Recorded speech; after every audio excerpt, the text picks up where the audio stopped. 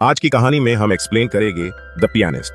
Film की शुरुआत सितंबर 1929 में वार्सो, पोलैंड से होती है, जब द्वितीय विश्व युद्ध शुरू हो रहा होता है। इस समय फिल्म के मुख्य पात्र व्लादिस्लाव स्पिलमैन, जो एक स्थानीय रेडियो स्टेशन के पियानिस्ट हैं, का परिचय होता है। मात्र 3 हफ्तों में जर्मन सेना पोलिश सेनाओं को हरा देती है और जिस रेडियो स्टेशन में स्पिलमैन प्रदर्शन कर रहे होते हैं, वह अचानक से बमबारी का शिकार हो जाता है। घबराहट में भवन के अंदर मौजूद सभी लोग अपनी जान बचाने के लिए भाग जाते हैं। बाहर निकलते समय स्पिलमैन अपने दोस्त ज्यूरिक से मिलते हैं, जो उन्हें अपनी बहन डोरोटा से मिलवाते हैं। डोरोटा स्पिलमैन के पियानो बजाने की प्रशंसा करती है और स्पिलमैन भी तुरंत उसकी ओर आकर्षित हो जाते हैं। बाद में जब स्पिलमैन घर पहुंचते हैं तो उन्हें पता चलता है कि उनका परिवार, माता पिता, भाई और 2 बहनें पोलैंड छोड़ने की तैयारी कर रहे हैं। वे इस बारे में बहस करते हैं कि क्या वे वास्तव में छोड़ सकते हैं। तभी उन्हें खबर मिलती है कि यूके और फ्रांस ने जर्मनी के खिलाफ युद्ध की घोषणा कर दी है। परिवार खुशी मनाता है, यह सोचते हुए कि सहयोगी सेनाओं का हस्तक्षेप युद्ध को समाप्त कर देगा, इसलिए वे पोलैंड में रहने का फैसला करते हैं। दुर्भाग्य से घटनाएं उनके अनुसार नहीं घटती। वार्सो में यहूदियों के लिए स्थिति तेजी से बिगड़ने लगती है। जर्मन नाजियों ने हमला किया और उन पर कठोर प्रतिबंध लगा दिए। यहूदियों को 2000 जलौटी से अधिक रखने की मनाही है, उन्हें फुटपाथ पर चलने से रोक दिया जाता है और उन्हें रेस्तरां में खाने से मना कर दिया जाता है। उन्हें अपने कोट पर एक बड़ा प्रतीक पहनना पड़ता है जब भी वे बाहर होते हैं। स्पिलमैन डोरोटा से फिर से मिलते हैं और वे वार्सो में घूमते हुए यहूदियों पर नाजी शासन द्वारा किए जा रहे अन्याय को देखते हैं। जिन व्यवसायों ने कभी यहूदियों के साथ अच्छा व्यवहार किया था, अब उन्हें सेवा देने से इनकार कर रहे हैं। एक घटना में नाजी अधिकारी स्पिलमैन के पिता को फुटपाथ पर चलने से रोकते हैं और जब वे विरोध करते हैं तो उन्हें चेहरे पर घूंसा मारा जाता है। स्थिति और बिगड़ जाती है क्योंकि यहूदी परिवारों को जबरन एक नए बने दीवारों वाले क्षेत्र, एक यहूदी बस्ती में स्थानांतरित कर दिया जाता है, जो शहर के बाकी हिस्सों से अलग होता है। स्पिलमैन का परिवार, जो कभी अमीर था, अब जीवित रहने के लिए संघर्ष कर रहा है, लेकिन फिर भी भीड़भाड़ वाली, बीमारी से ग्रस्त यहूदी बस्ती में कई अन्य लोगों से बेहतर स्थिति में है। स्पिलमैन और उनके भाई हेनरिक किताबें बेचने की कोशिश करते हैं, लेकिन दुख की बात है कि कोई उन्हें खरीदने में रुचि नहीं दिखाता। अगले दृश्य में एक यहूदी पुलिस अधिकारी और हेनरिक का दोस्त हेलर स्पिलमैन के नए घर का दौरा करता है और सुझाव देता है कि भाई यहूदी सेना में शामिल हो जाएं ताकि उनके परिवार को आगे की कठिनाइयों से बचाया जा सके। हालांकि हेनरिक इनकार कर देता है, यह कहते हुए कि वह अपने ही लोगों को नुकसान पहुंचाने के लिए खुद को मजबूर नहीं कर सकता, और स्पिलमैन भी अपने दायित्वों का हवाला देते हुए इनकार कर देते हैं। बाद में स्पिलमैन को एक यहूदी बस्ती के रेस्तरां में पियानो बजाते हुए देखा जाता है, जहां अमीर यहूदी आते हैं।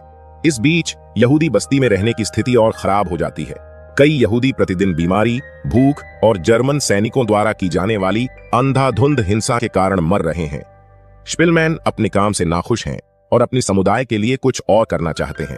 काम के बाद वे एक पुराने दोस्त से मिलते हैं, जो नाजियों के खिलाफ विद्रोह भड़काने के उद्देश्य से अवैध समाचार पत्र वितरित करता है।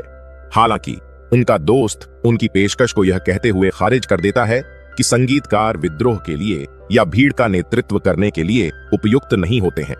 घर लौटते समय स्पिलमैन एक लड़के को बचाने की कोशिश करते हैं, जिसे नाजी सैनिक दीवार के नीचे से भागने के दौरान पीट रहे होते हैं। दुर्भाग्य से लड़का बेहोश हो जाता है, लेकिन स्पिलमैन उसे सुरक्षित रूप से खींचने में कामयाब हो जाते हैं।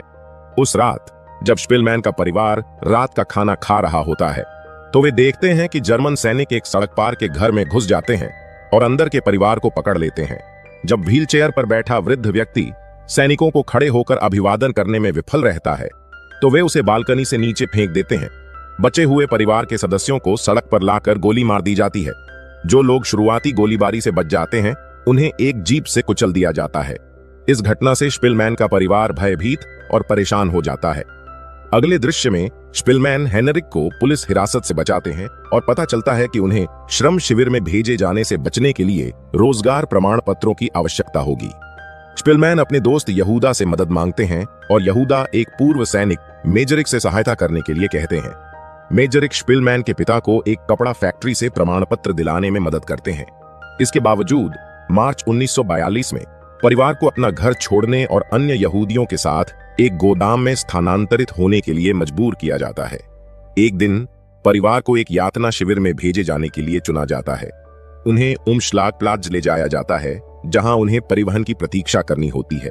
और हालांकि हेनरिक और हेलेना को शुरू में अलग कर दिया जाता है, लेकिन वे अंततः ट्रेन स्टेशन पर फिर से मिल जाते हैं। जब ट्रेन पास आती है तो स्पिलमैन के पिता उनके आखिरी 20 ज़्लॉटी एक कैंडी के टुकड़े पर खर्च कर देते हैं, जिसे वह छोटे छोटे टुकड़ों में काटकर अपने परिवार के साथ साझा करते हैं। जब वे ट्रेन में सवार होने की तैयारी कर रहे होते हैं तो स्पिलमैन को लाइन से खींचकर हेलर अलग कर देते हैं, जो उन्हें भागने का आग्रह करते हैं। स्पिलमैन पहले विरोध करते हैं, लेकिन अंततः भाग जाते हैं, यह महसूस करते हुए कि हेलर ने उनकी जान बचाई है। वह यहूदा को खोजने की कोशिश करते हैं, लेकिन उन्हें अपने परिवार को उनके घर के बाहर मृत पाते हैं। स्पिलमैन फिर उस रेस्तरां में जाते हैं जहां वह पहले काम करते थे, लेकिन वह अब बंद हो चुका होता है। जैसे ही वह जाने वाले होते हैं, उनके पूर्व बॉस बेनेक छुपने से बाहर आते हैं और उन्हें शरण देने का प्रस्ताव करते हैं। बेनेक और स्पिलमैन यहूदी बस्ती में बची हुई 10% यहूदी आबादी में शामिल हो जाते हैं, जिन्हें यहूदी बस्ती की दीवारों को तोड़ने और गैर यहूदी निवासियों के लिए नए घर बनाने का काम सौंपा गया है। कठोर परिस्थितियों में काम करते हुए स्पिलमैन अपने पुराने दोस्त जानिना गोडलुस्का को देखते हैं, लेकिन भीड़ में उन्हें खो देते हैं। बाद में स्पिलमैन को पता चलता है कि कुछ यहूदी नाजियों के खिलाफ विद्रोह की योजना बना रहे हैं। वह यहूदी बस्ती में हथियारों की तस्करी में मदद करते हैं, लेकिन एक नाजी कमांडर द्वारा पकड़े जाने और पीटे जाने पर उनकी पहचान हो जाती है। स्पिलमैन को फिर से भवन आपूर्ति वितरित करने का नया काम सौंपा जाता है, जहां वह आलू की बोरियों में हथियारों की तस्करी करके प्रतिरोध की सहायता करना जारी रखते हैं। एक दिन स्पिलमैन को एक जर्मन अधिकारी पर संदेह हो जाता है कि वह कुछ छिपा रहे हैं। इस खतरे को महसूस करते हुए वह एक बड़े शहर में भागने का फैसला करते हैं, जहां वह जानिना की तलाश कर सकें। मेजरिक की मदद से स्पिलमैन श्रम शिविर से भाग जाते हैं और जानिना और उनके पति को ढूंढ लेते हैं, जो उनका गर्मजोशी से स्वागत करते हैं। भोजन और कपड़े देने के बाद जानिना का पति स्पिलमैन को गेबचिंस्की नामक एक केयरटेकर के पास ले जाता है, जो उन्हें रात भर के लिए छिपने का स्थान देता है। अगले दिन गेबचिंस्की स्पिलमैन को यहूदी बस्ती की दीवार के पास एक खाली अपार्टमेंट में ले जाते हैं, जहां वह तस्करी से मिलने वाले भोजन पर जीवित रह सकते हैं। हालांकि गेबचिंस्की उन्हें शांत रहने की चेतावनी देते हैं, क्योंकि इमारत में गैर यहूदी भी रहते हैं जो मानते हैं कि अपार्टमेंट खाली है।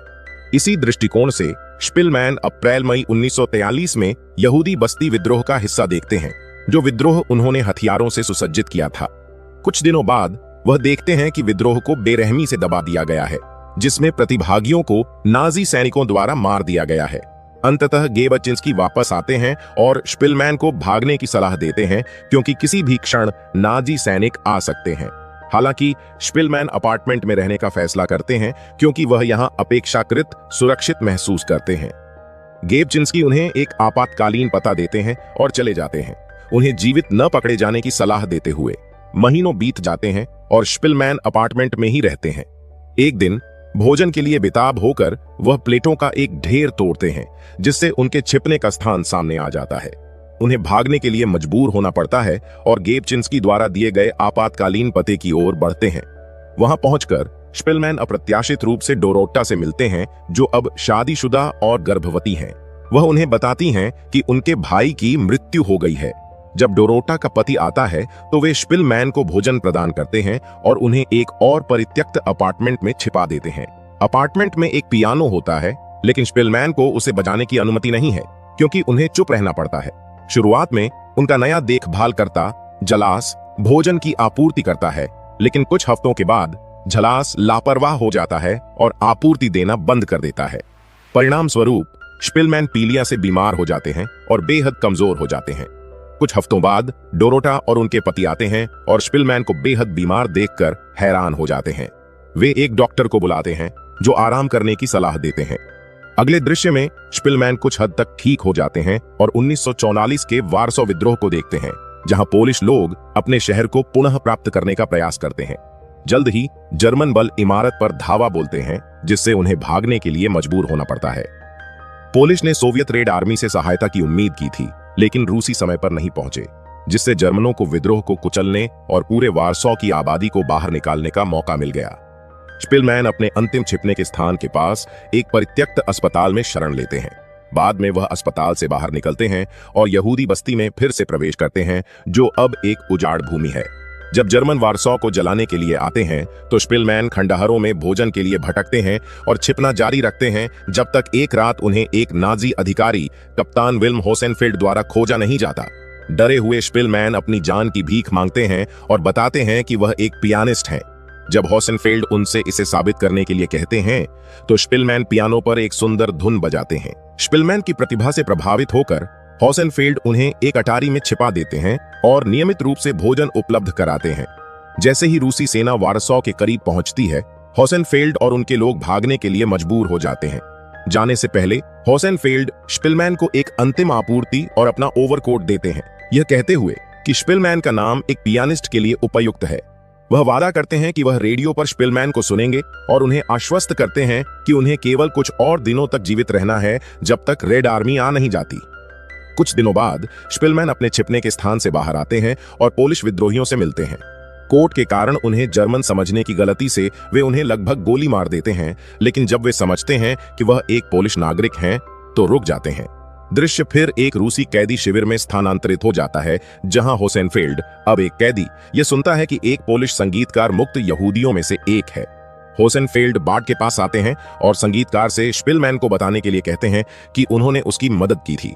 हालांकि एक रूसी सैनिक होसेनफील्ड को नीचे धकेल देता है, इससे पहले कि वह अपना संदेश पूरा कर सके। कुछ दिन बाद पोलिश संगीतकार स्पिलमैन को उस स्थान पर ले जाते हैं जहां होसेनफील्ड को रखा गया था, लेकिन शिविर को स्थानांतरित कर दिया गया था और कोई निशान नहीं मिला। अपने दोस्त की मदद न कर पाने पर स्पिलमैन वापस रेडियो स्टेशन में लौट आते हैं और पियानो बजाते हैं। फिल्म के अंतिम हिस्से में दिखाया गया है कि होसेनफील्ड की 1952 में एक सोवियत जेल में मृत्यु हो गई थी और स्पिलमैन ने 88 साल की उम्र तक जीवित रहे और 2000 में पोलैंड में उनका निधन हुआ। फिल्म व्लादिस्लाव स्पिलमैन के चॉपिन की पोलोनेज ब्रिलियंट को एक पूर्ण ऑर्केस्ट्रा के साथ उत्साहपूर्वक प्रदर्शन करते हुए समाप्त होती है।